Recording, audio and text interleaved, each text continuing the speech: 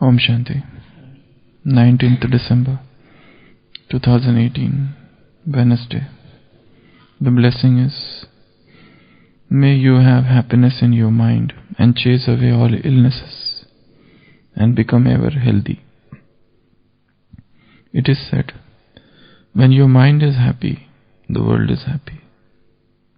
Whereas from an illness of the mind, your whole body becomes pale. If your mind is well, you will not then feel any illness of the body. Even if your body is not well, your mind is healthy because you have the very good nourishment of happiness. This nourishment chases away illness and makes you forget it. So when your mind is happy, the world is happy and your life is happy, and this is why you are ever healthy. So Baba has touched upon a very important point regarding health. Health and happiness. Health and happiness. Physical health and happiness. How these two things are connected to each other. For example, if somebody is healthy but yet unhappy, probably after some time the psychological state gradually affects the body. What is happening in the mind is manifested in the body. And as we all know, most of the diseases are psychosomatic. Soma means body. So their origin is from the mind. Mind, as it is divided into two planes, conscious and subconscious. So what is hidden in the subconscious mind, gradually that starts getting manifested on the surface. And if there are thoughts of disease, illness, if there are thoughts of negativity, hatred, jealousy, all those things gradually are seen as diseases on the surface. So that's why psychologists say that most of the diseases are psychosomatic. So Baba is saying, even if the body is ill and in the mind is happy, you will not feel that illness. Even if somebody is suffering, but mind is at a very higher plane of happiness, the happiness itself is nourishment. This Baba has quoted many times. Happiness is the greatest nourishment. Happiness is the greatest treasure. It is the greatest vitamin. It is the greatest protein drink, energy drink. So if you analyze and if you see people who are suffering physically, we will find that somewhere in their minds they are unhappy. And we see, on the other hand, there are people who are suffering physically, some intractable disease, some incurable illness, but their mind is very happy. In the hospital we had one sister, a young Brahma Kumaris sister, who met with an accident, and after the accident there was a cervical cord injury, and after the accident she became quadriplegic, means both her upper limb and lower limbs paralyzed. So she can't move even her one finger on her own, just like that. Her Laukik sister is there, she takes care of her, and She is below 30, I think. And she was very enthusiastic for service. But after this accident, now she can't move. And this is a permanent damage. Both limbs, both hands. She is bedridden. If you want to make her get up and sit on chair, it takes 3-4 people to mobilize her. This is such a bitter or gross karmic account. But one thing we have seen always, that she was never depressed. A young female, a young Brahma Kumaris sister, and who has met with such an accident, and now she knows that the whole life she can't walk. Even to feed her, some person is needed. But one thing, as I was saying, in spite of such a karmic account, she is very stable. Whenever we saw them, or many times she got admitted. Many times she was admitted in different hospitals here and there for physiotherapy and for rehabilitation. But her strength of the mind, her courage, her happiness was unflinching. She was not at all depressed. She was not at all affected or influenced, at least on the surface, because she said she has accepted this situation as per the drama, and her happiness doesn't depend on this condition. So in spite of having such a strict karmic account, she maintained her level of happiness. So no matter what is happening on the surface, even if the body is suffering, her mind is happy.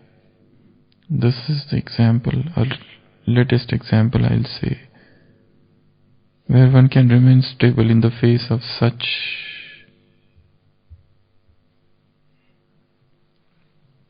gross, heavy, strict, ruthless karmic account. So it is happiness and body. They are interrelated. A person who is depressed, even though he is not having any disease, will invite diseases. Or even if he is having a small disease, that will be blown out of all proportions. Small fever, and then by continuous negative thoughts, the disease increases. It is the thoughts and disease, so much interrelated to each other. And in the medical practices, more than half of the diseases are all mind generated. Person has created those diseases by his continuous negative thinking, by stress, by tension. We call it type A personality. There are two types of personalities, type A and type B. Type A means irritable. Type A means who are angry, peevish, who gets upset very fast, gets depressed very fast, mood off, swings, emotional lability, lot of things. So these are type A personality, they suffer a lot. In contrast, type B personalities are calm, quiet, serene, very stable. These are the second type of personality. Again, then there are pessimistic and optimistic. Pessimism is darkness that drowns the soul. Earlier, for depression, they used to use the word melancholia. Melancholia means a very chronic stage of sadness. You can't even say a person is depressed, but is not interested in things. Complete loss of interest in life, anhedonia. He is not interested in doing anything. So this stage of depression, this stage of loss of happiness invites all the diseases. Even the immunity power of the person reduces with the level of depression or unhappiness. And we have seen that those people, those patients who don't get relief anywhere, they will come to you with a weak file, and they have done everything, all tests are done, and they have multiple problems, but all year their reports are normal. And they go to a new doctor with the hope that something will come. But every time they do a new test, and when it is found to be normal, they get depressed all the more. They have met all the experts and they have shown to all the doctors. But because the disease is not in the body, the disease is in the mind. The mind is suffering. The mind is depressed. The mind is sorrowful. The mind, there is something known as in psychiatry, grief reaction. For example, recently one patient was admitted. One son died in the hospital few years back. Another son committed suicide. And now this man is having multiple problems. Any death in the family, any illness of the near and dear one, leads some amount of depression. And this is very much true even of the Brahmin souls who understand the immortality of the souls. But then still, the attachment that leads to grief reaction. So, stage of grief, stage of unhappiness, stage of depression, stage of sorrow, crying. Some of the souls are automatic crying machines. Automatic crying machines. Just an event and stimulus is needed, and they start crying. So, the principle of health is not just physical.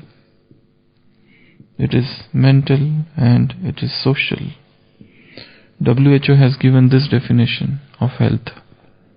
WHO, the 1948 chapter meeting, health is not just is a complete stage of well-being of the person, physically, mentally and socially, and not merely the absence of disease or infirmity. Many people had come together in 1983 and they suggested to add spiritual word also, spiritual health. But ultimately, WHO said no.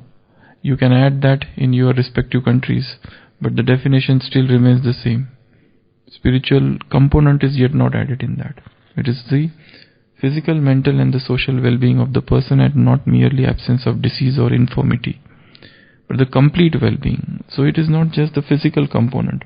A strong mental component is there, and strong social component is there.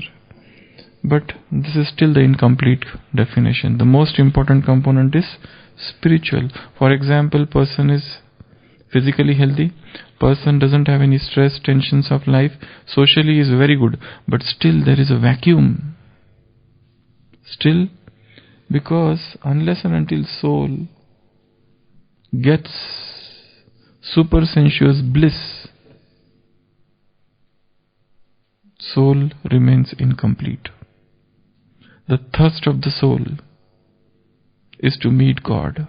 The thirst of the soul is union with the divine. Unless and until one hears those whispers from beyond. Whispers from beyond. The journey doesn't complete. Unless and until the search of the divine, the search of the miraculous starts, the journey doesn't complete. No matter what one is having a very good body, a very good mental stage, very calm, relaxed, and social conditions are very good.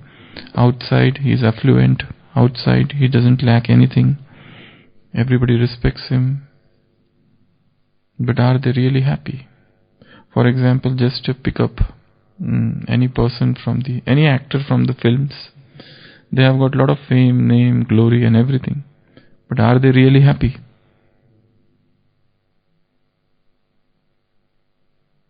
Most of them, you will see, they have a disturbed married life. Most of them. On the outside, they are very good. Even the greatest of the singers, I will not name, but one singer I know, who is the greatest of all the singers, Hindi singers. It is said that about him, that he was mad after money.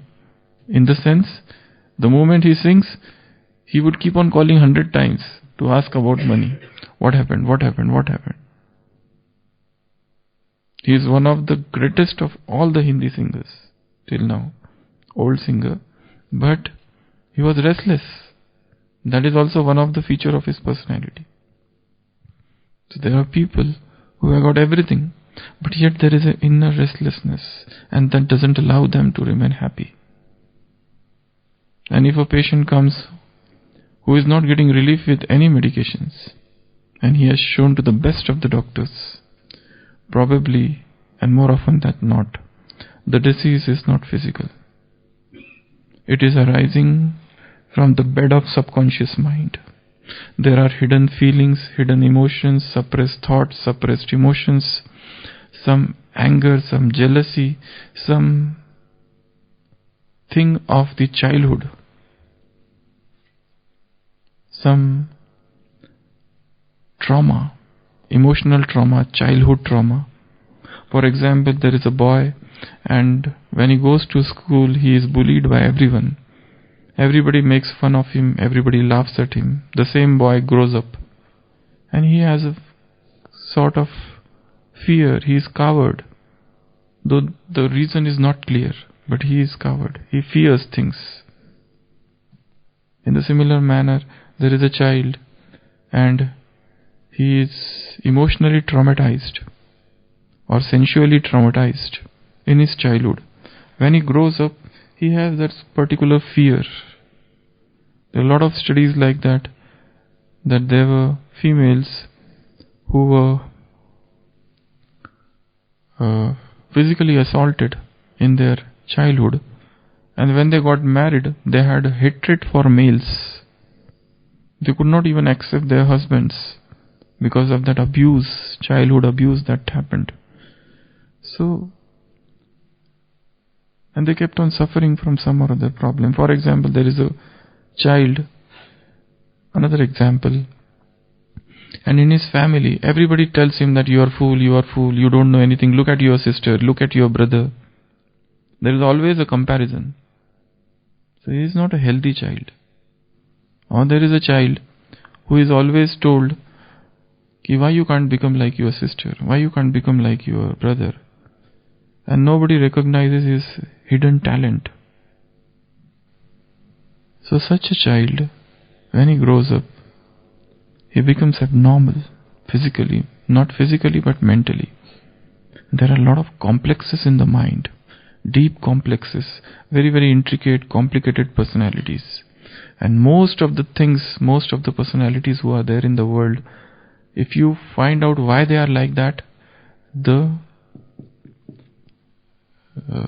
answer is in their childhood. Why a person becomes like Hitler? Why a person becomes Mussolini? Why a person becomes Genghis Khan? You know Genghis Khan? If he would go to one village, he would burn thousands of huts to announce that I am coming. And he would kill thousands and thousands of children. These are the people who were dictators and who killed millions. Stalin, Mussolini, Hitler, Idi. So why? If you see their childhood, it was very traumatic. Just for example, I gave the example of Genghis Khan.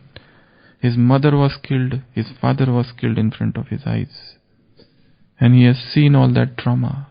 And he went on then to take revenge, and he became one of the worst dictator or one of the worst crusader who decided to conquer the world. So whatever we are, we need to trust the seed is in childhood. That's why in psychiatry or in medical profession there is something known as hypnotic regression, because some of the seed is in the previous birth. Some of the events that are happening to us have got bearing deep, far in some of the previous births. So this can be used as a therapy. So if one wants to become healthy, the mind has to become healthy. In the recent Murli, Baba said, if you are sick, take treatment and become healthy.